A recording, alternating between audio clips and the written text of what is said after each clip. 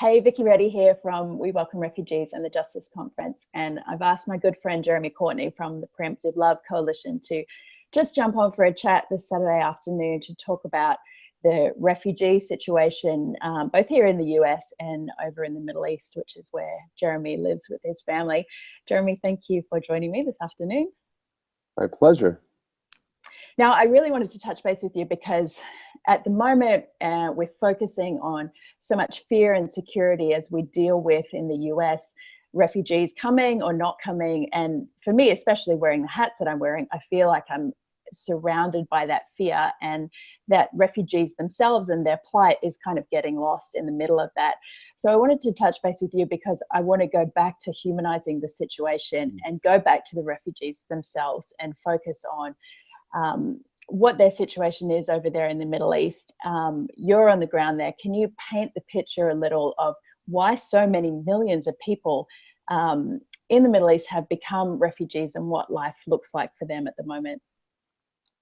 Yeah, so President Trump's executive order touches more people than just those that are in the Middle East, and there could be various reasons why people would be fleeing from Somalia or other such countries. But where I live and move most, in Iraq and Syria, it really traces back to these wars on terror that we've been fighting, and then the Arab Spring on the Syrian side that helped give rise to a civil war inside of Syria. So, after 9/11, America intervened in places like Afghanistan and Iraq, ostensibly to overthrow terrorism and overthrow tyranny.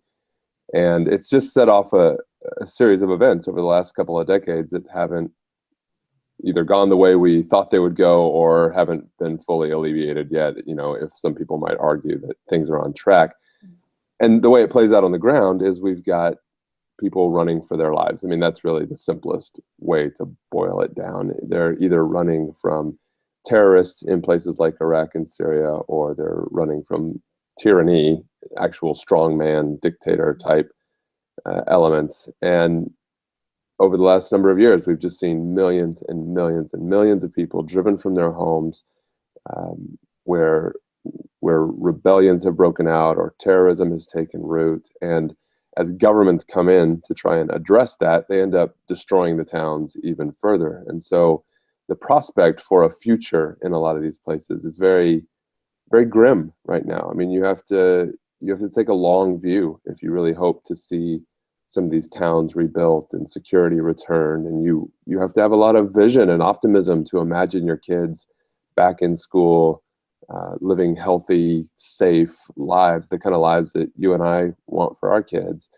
So, we run in Aleppo in Syria, we run a daily feeding program where we reach at least 15,000 people a day we're feeding. And sometimes these are people on the move. So they're moving from one part of violence en route to trying to find a place of safety.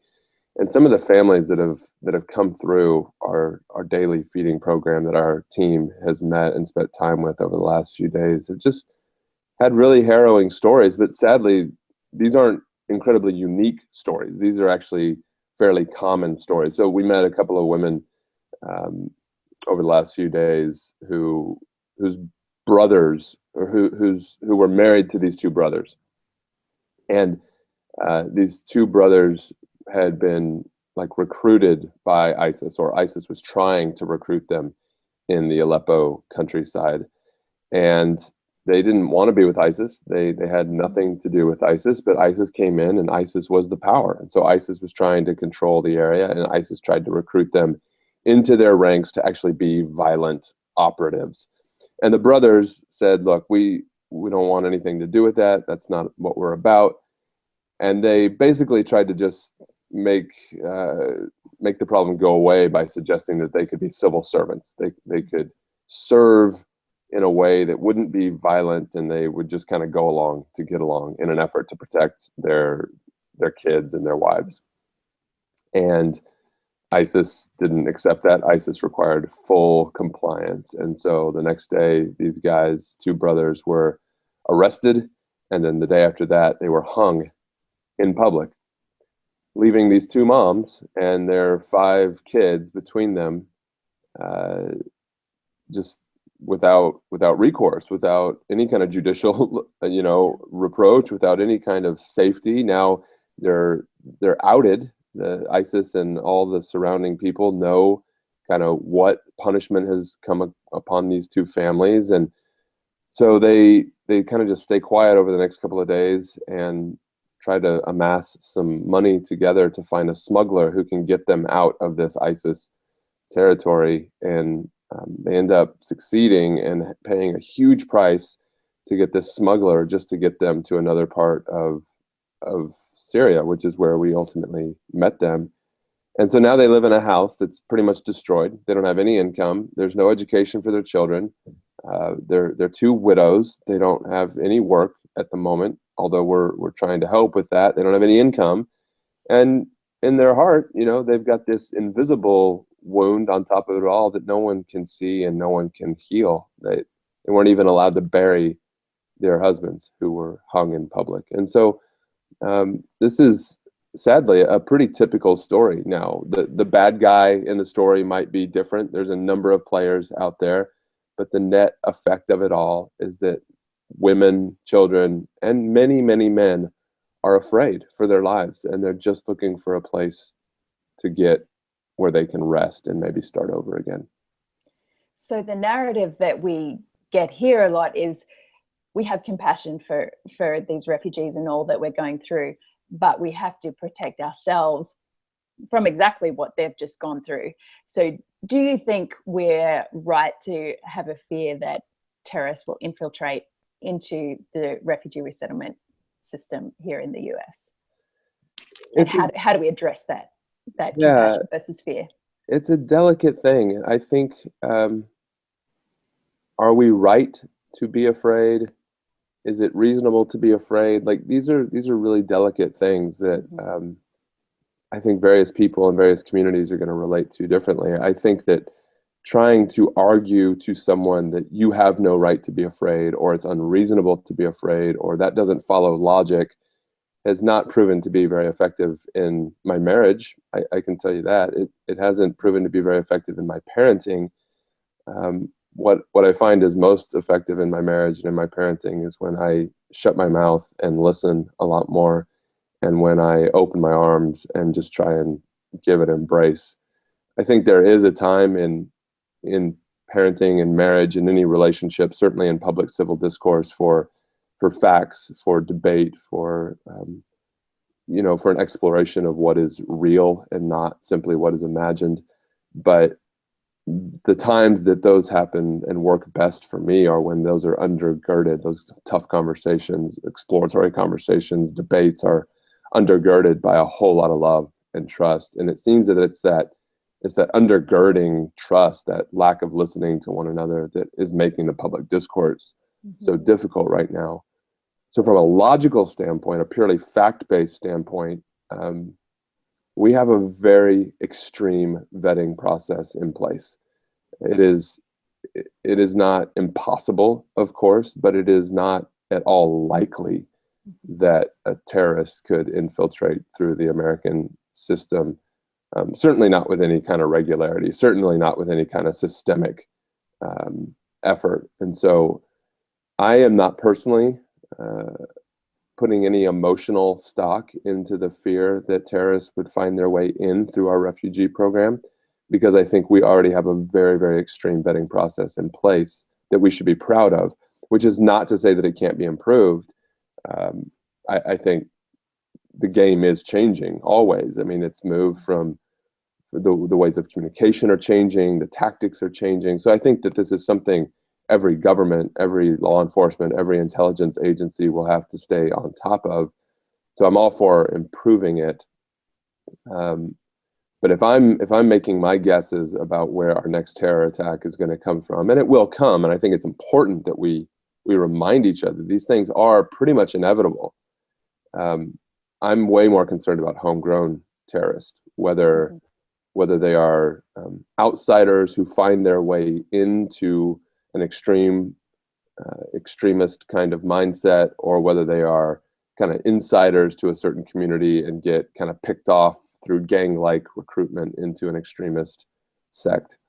But I think the ones that are already here at home are going to be much harder to detect, police, anticipate, which again comes back to relationship and building trust with each other. That's the greatest chance that we have of mitigating violence.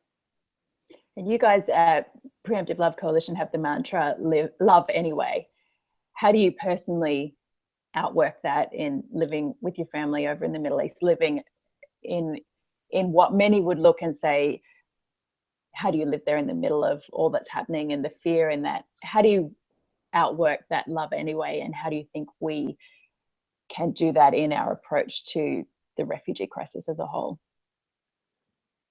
Yeah, I mean, we didn't necessarily call it this at the time, but we basically adopted this idea of love anyway when the world is scary as all get out after 9/11. We'd never, I don't know if I'd ever met a Muslim on 9/11, probably not knowingly. I'd certainly never been to a mosque. I'd never spent time among a Muslim community. I'd never left the United States and been to a Muslim country. And so to be attacked by these terrorists was a very scary thing that then branded all Muslims with a very scary kind of banner.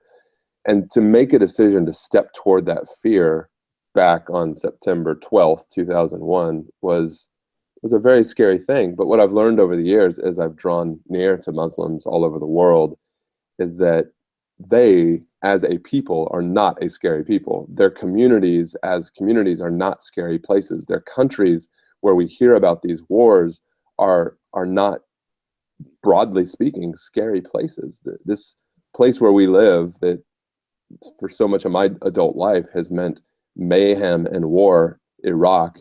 This place where we work today, Syria, that looks like utter destruction if you were to follow the news, is so much more than that. These are like my hometown. You've been there. You spent time with us. It's a totally normal walkabout city that has experienced less terrorism than different cities across America, whatever kind of terrorism over the last number of years. And so I think it's important to dispel a little bit of the drama that comes with this. Like, I live in a very normal neighborhood and send my kids down the street to pick up milk without any adult supervision, you know? So that's one thing, is there's something about just drawing close to the people who scare us most, and drawing close to the things and the ideas that we're told are impossible to draw near to, that in and of itself dispels the fear. Now, that's not to say there is no danger. I mean, we leave that relatively safe neighborhood and relatively safe town, and we go to the front lines. We go to hard places. And when bombs are still falling and snipers are shooting at our team while distributing food, we do have to remind ourselves over and over again to love anyway, to press into those hard situations. And I think, again, it just comes down to proximity, this conviction that our lives are not more valuable than the lives of those people that we're seeking to serve. And if we pull out, if we refuse to love, if we refuse to take these risks, if we seek to protect our lives so dearly that we won't try to keep giving them away for others, one of my greatest fears is that I would strangle life itself in my own hands, that in an effort to not let the terrorists get me and not let the terrorists get my family, I would be the one to strangle us. I would be the one to squeeze life to death. And so we love anyway. Yeah. And like you said, I do love your neighborhood, and I can't wait to come back to it. And particularly when I was over there in the Middle East, you stand there and you look at the refugee crisis and these thousands and millions of people who need help, and you realize how much the resettlement into countries like the US, Canada, Australia is literally a drop in the ocean, and absolutely necessary, and we need to be doing it, and we need to be figuring out our hearts in how we engage that. But what do we do to keep helping people over in the Middle East? You hear, the president talking about building these safe areas and doing different things. What are practical ways and areas that we can give to, and what are you guys doing to serve in the Middle East, where by far the larger problem is? Yeah, I think most people, in spite of the harrowing story that I told earlier about the two brothers and the moms who are now raising these 5 kids, in spite of that, most people still do want to stay at home. I mean, they, rather than take that harrowing journey through one smuggler to this neighborhood and then another smuggler across the border and then another smuggler across the next border, like, that's not really what most families want. Most families don't want to live in a refugee camp for 17 years. Most families don't want to go through this arduous process of the lottery that determines which country someone else decides they will live in for the rest of their life. These families don't choose America. The lottery chooses where you will go. And so most of us don't want to surrender our sovereignty to a lottery. We don't want to surrender our sovereignties to a smuggler. We want to be stood up on our own 2 feet and helped so that we can care for our own kids and we can pay our rent and we can put food on the table. So that's everything that we're aiming for right now. I mean, we describe our work as first in, last to leave. So we try to get to places like Aleppo and Mosul and Fallujah and Idlib when the fighting is still going on, because we want to help as many people on day one before they make that decision to take that harrowing journey to one of the surrounding countries or Europe or whatever. We hope that if we can provide them with food and water and shelter and medicine when the violence is still ongoing, that maybe it will help sustain them until things calm down. And then as things calm down, we start putting in more systemic things like the daily feeding program we've got going right now that feeds 15,000 people a day. And then, I mean, a lot of us have seen these horrible footage wherever we live in the world of Aleppo, this idea that there's really not a building in eastern Aleppo that's not destroyed. And so we're starting to rebuild homes. There's 23 schools that are now open in eastern Aleppo. It's hard to imagine, but 23 schools full of kids, and these schools need repairs, and these teachers need support, and these kids need an education. And as soon as we stop supporting schools and stop rebuilding houses and stop investing in infrastructure, that's when people start to, look at the time, look at the calendar. It's been a while. I can't imagine a future for my family here anymore. Things aren't getting better. That's when they hit the road. And so if we can keep investing in jobs and helping these 2 widows care for their own kids, then I think that we stem the flow of refugees out of the country in the first place, and we help bring the stability that's needed. And stability builds on stability, just like violence can build on violence. It takes us showing up first and then committing to stick around and be the last ones to leave until things are put back together. Well, we're so grateful for you and Jessica and your family and all of your team for being there on the front line and being willing to stay the course and keep serving. And we want to continue to support that any way we can. And we look forward to having you with us in person at the Justice Conference in June. And we're just grateful for all that you guys are doing. Thanks. Excited to see you soon. Thanks, Jeremy. Bye. Bye.